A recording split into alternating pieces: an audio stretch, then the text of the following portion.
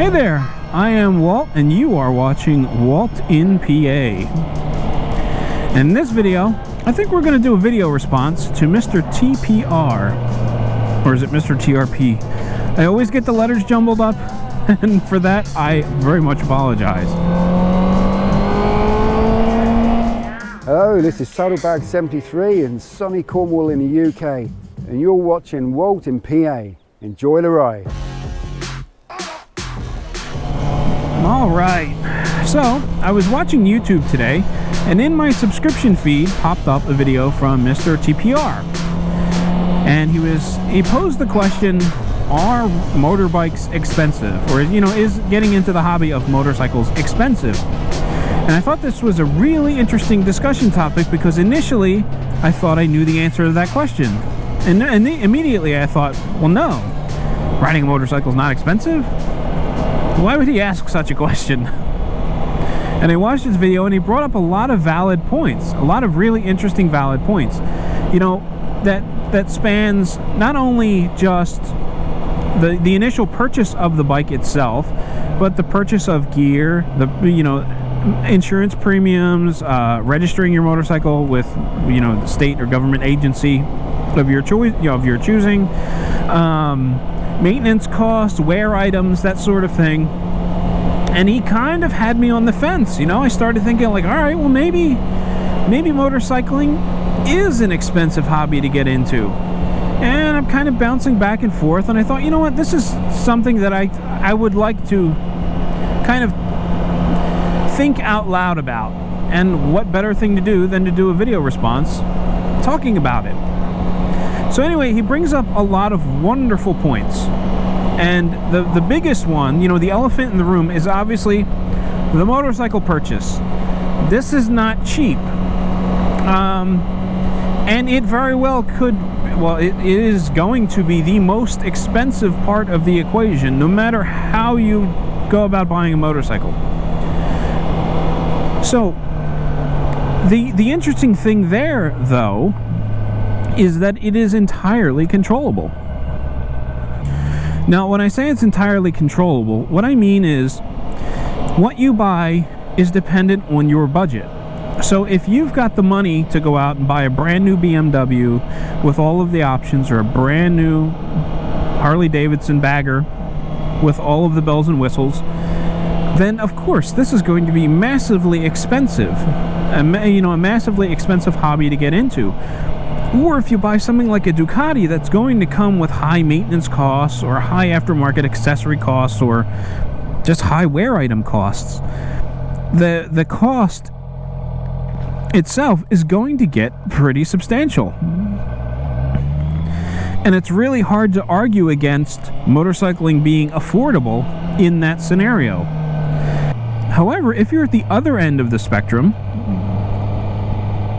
where you're searching out a new motorcycle, or a new to you motorcycle on the Facebook marketplace, something used, something that's been down the road a handful of times, something that needs a little TLC, maybe something that doesn't look the best, you can get into motorcycling for, a little bit of money.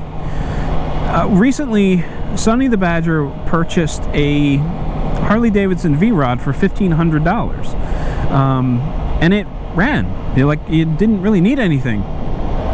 So there are deals out there if you're willing to wait for them, and if you're willing to, just put the time in to find them. So if you're not in a rush, you could find yourself a motorcycle deal, a screaming motorcycle deal, and get the most expensive aspect of motorcycling out of the way for as little money as possible. Now, the next part of that equation is gear, and that is also arguable for a couple of reasons. The first of which is that gear is not mandatory. It is smart, but you do not have to have it. At least not here in Pennsylvania. You don't need to wear a helmet. You can get away with riding in shorts and flip-flops if you want. There's nothing stopping you. It's not the smartest thing to do. So, again, that's why gear becomes arguable. But if you want to be safe, you're going to spend money on gear. You're going to need a riding jacket, riding pants, riding boots, riding gloves, and a full face helmet if you're looking at being safe. And we won't say that different pieces are more valuable than others. Let's just say you need those are the bare bones to make you quote unquote safe on a motorcycle from a gear perspective. Now, there are tons of different pricing options for gear. You can search around and buy closeouts. You can get stuff on sale. You can even buy secondhand gear if you can find decent stuff. So again, we have all price points covered. You can go top of the line and buy the most expensive gear that money can buy and spend a fortune doing it, just like that brand new BMW or Harley Davidson. Or you can be patient, seek out the best deals that you can find, and get yourself safe on the cheap. So those are the two big factors of motorcycling. Or at least in my opinion, those are the two big items that you're going to lay out cash for. The motorcycle itself and all the gear that goes along with it.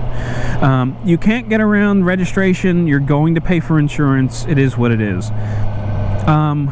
Whether or not you're able to do the work yourself for wear items or for periodic maintenance, that's obviously going to sway the price up or down, depending on how much assistance you need or how much you're willing, or not only willing but able to do on your own.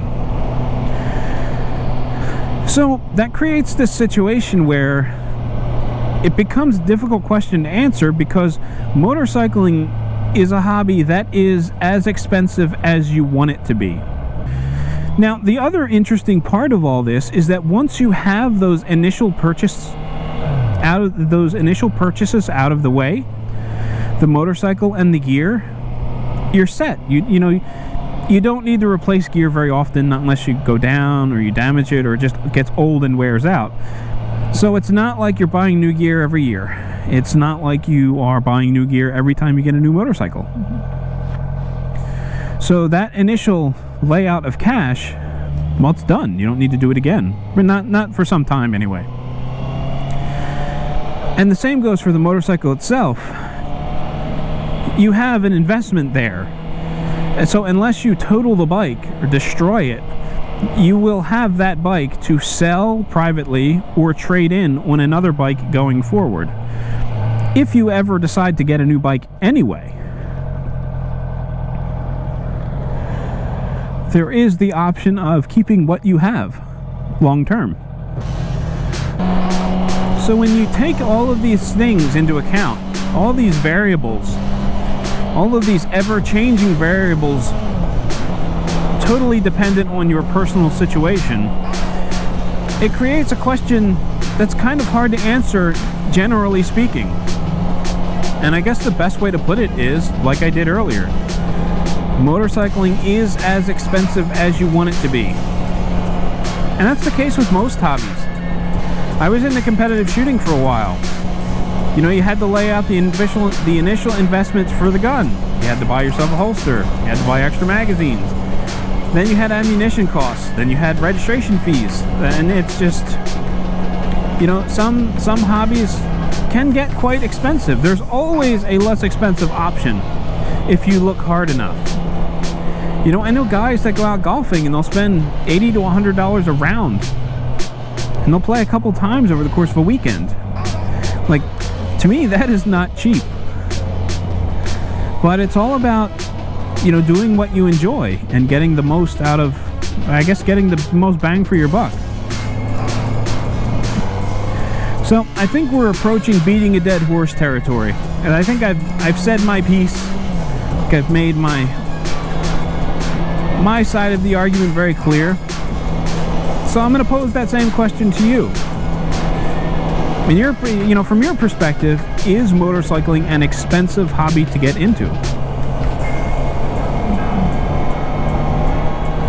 So that's going to do it for this video.